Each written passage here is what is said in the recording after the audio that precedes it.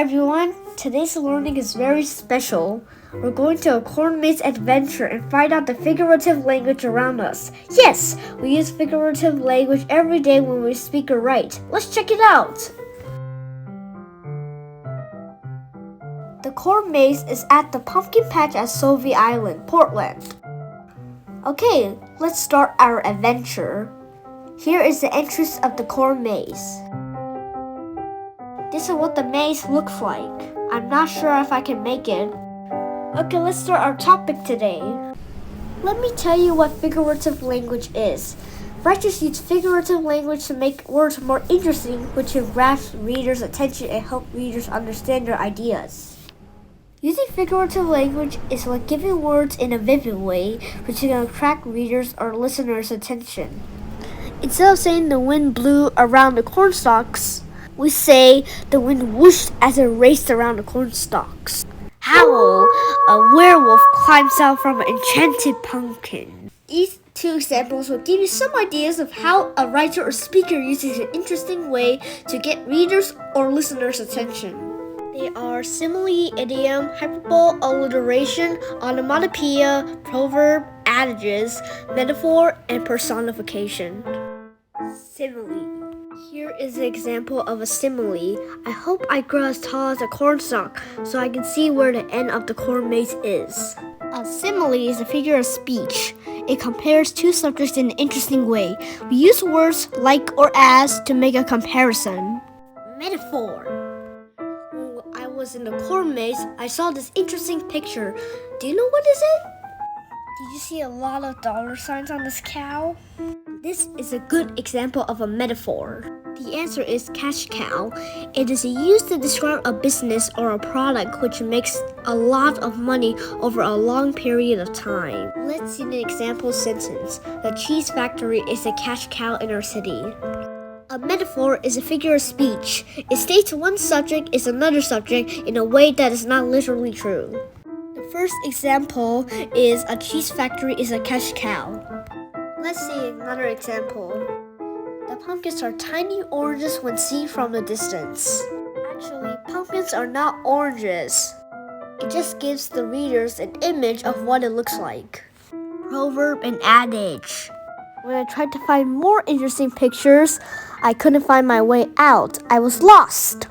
And my dad told me a famous saying. One cannot manage too many affairs. Like pumpkins in water, one pops up while you try to hold down the other. My dad tried to convince me that I cannot try to find the pictures and find a way out simultaneously. Proverb and adage are figurative language. They are well-known sayings which give advice in your life. Personification. Here's a personification example. Do you see the corn has ears? The picture grabbed my attention. It says our corn has tender ears. Here is another example. The wind is whispering in my ears and tells me where to go.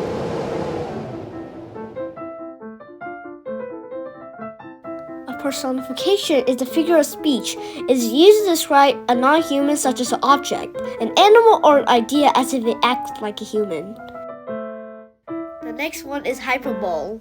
Let's see an example. When I saw the finishing line, my smile was a wide mile. I have finally made it. Can you smile a wide mile? Actually, I exaggerated the expression. A hyperbole is a figure of speech. It is used to exaggerate a situation for emphasis or humor. The next one is alliteration. Finally, I made it out the maze. Hey, wait! Is that the hayride?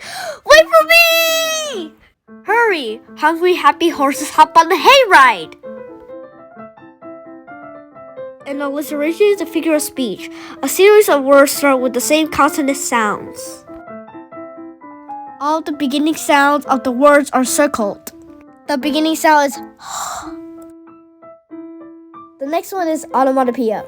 Let's see the example. Cornstalks are rustling in the wind.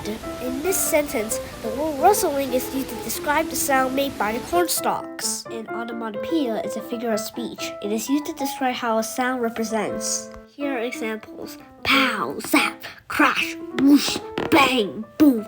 Smash! Let's see the next figure of speech, idiom. It was a fun and tiring day. I am ready to turn to a pumpkin. To turn to a pumpkin means to go to sleep, to go to bed. An idiom is a figure of speech. It is an expression that has a special and non-literal meaning. When you read the words in an idiom, they have a meaning that is different from the literal meaning of the words. Let's review what we learned today. Writers use figurative language to make words more interesting, which can grab readers' attention and help readers understand their ideas. Speakers use figurative language to help listeners visualize what they describe and make a conversation more interesting and impactful. Did you learn anything today? Make sure to subscribe to Blink Education. Make sure to like the video, subscribe, and follow my Instagram. I'll see you in the next time.